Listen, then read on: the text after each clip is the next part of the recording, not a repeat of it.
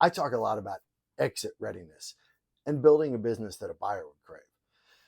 But I get the same question from owners all the time. Bill, what if I'm not trying to sell? I love my business. I'm not ready to retire. I love what I do.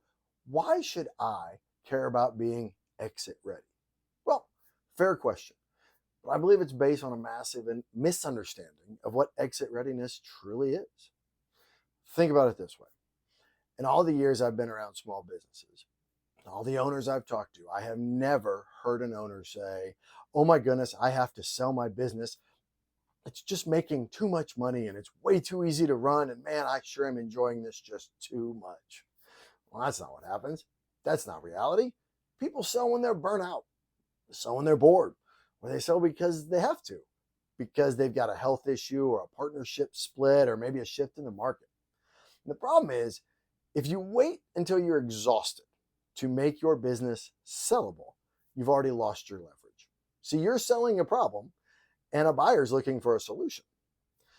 You're selling from a position of weakness instead of a position of power. If you're prepared going into the sale, you have the leverage in negotiation because you don't have to sell. You want to, you've made the choice. See, when your business isn't exit ready, it carries what I call the invisible weight. You feel it every Sunday night. You feel it every time your phone rings at dinner. And it's the weight of knowing that if you stop, the money stops, even if you love your work. It creates a ceiling on your growth. You can't scale your business that relies on your personal 24/7 heroics. You eventually hit a wall where there aren't enough hours in the day to manage more people or sell more jobs or get more clients. So being exit ready isn't about leaving. It's about removing that ceiling. So think about the three things that a professional buyer looks for and ask yourself if you want those in your life right now.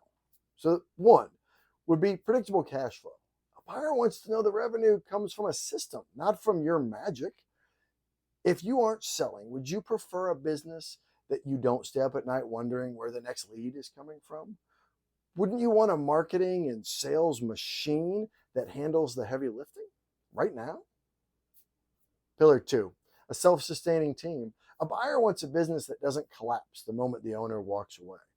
If you aren't selling, wouldn't you prefer a business where you can actually take a 2-week vacation completely off the grid and come back to a company that's actually maybe further ahead than when you left and not a total disaster?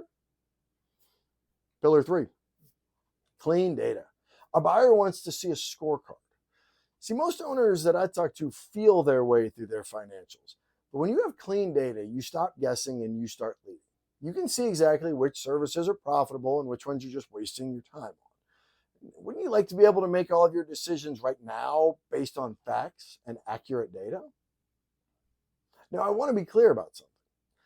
Making your business exit ready doesn't mean you have to stop doing the work you love. If you're a contractor who loves being on site for the big installs or a consultant who just loves the deep dive into the strategy sessions, man, keep doing that. The goal isn't to force you into retirement. The goal is to move you from a position of necessity to a position of choice. The owner trap happens when you are the only reason a specific part of your business works. If you're the only one who can close a sale or the only one who understands the technical specs, you aren't an owner. You're a bottleneck. And you should be able to do that work because you want to be there. And no one will be as good as you. And I know that actually in my experience. Once we get past that feeling, we learn that many times whoever they are, whoever we hire, whoever we put in that place, may actually be better than us because that person's only focused on one thing. That is their job. Us as owners, we have a ton of other stuff on our minds. But let's just assume for all of our egos that no one can do it as well as you can. But wouldn't it be great to know that if you decide to take a month off tomorrow, there's a system and a person in place who could step in and achieve, let's just say 80% of your result? When you have that backup, you're no longer the load-bearing wall. You're the architect. And architects are allowed to walk through the building whenever they want, but the building doesn't fall down when they leave. All right, so there are 3 stages, and I want you to look at your business right now and identify which stage you are in. Stage 1, the owner operator. You are the business. You do the work. You sell the work. You collect the money. This isn't a company. It's a job you can't quit. And that's not a knock on it. This is where most of us start, and it isn't a bad place to be for a while. In this place, you learn to fully understand all of the aspects of your business. That understanding is the foundation for the building blocks and pieces we need in the following steps. Stage 2, the owner manager. So you have a team, but you are the central brain. They do the work, but you make every single decision. This is where most owners get stuck and where burnout is born. This is where the invisible weight comes into play initially, because now you no longer have responsibility just for you. You feel the responsibility for others. Stage 3, the one we're all trying to get to. This is an exit-ready business. You provide the vision and the capital, but the systems and the team provide the results. Decisions are made by the process and the systems, not by you, the owner. This is the stage where the business becomes fun again. So if you want to know if you're at that stage, you can test your exit readiness by trying the vacation stress test. Could you leave your business for 30 days with no phone, no email, and no emergency check-ins? And would it be worth more when you get back? Man, 30 days sounds crazy, I know. Well, how about a week? Maybe a long weekend? How about one day or one afternoon?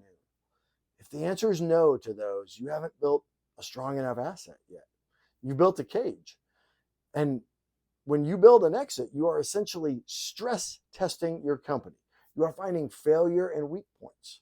And when you fix those things, you don't just make the business more valuable to a buyer, you make it a joy to own again for you, and you add value to yourself. See, right now I'm running a home service business, and I have no plans to sell it today or really anytime soon. But I am building it every single day as if the due diligence process started tomorrow morning. Why would I do that? Well, because it makes me a better owner. It makes my team feel empowered because they know I trust them to make decisions. And honestly, it makes my life significantly less stressful. So even if you plan on running your company for the next 20 years, ask yourself, if a buyer walked into your office today with a check for 20% more than your business is worth, would you be able to hand them the keys? If the answer is no, you may not be staying because you love it. You may be staying because you're trapped there. So I want to hear from you in the comments. If you didn't have to show up Monday morning, what part of your business would miss you the most? I'm Bill. This is the Exit Readiness Blueprint. Thanks for your time and thanks for watching.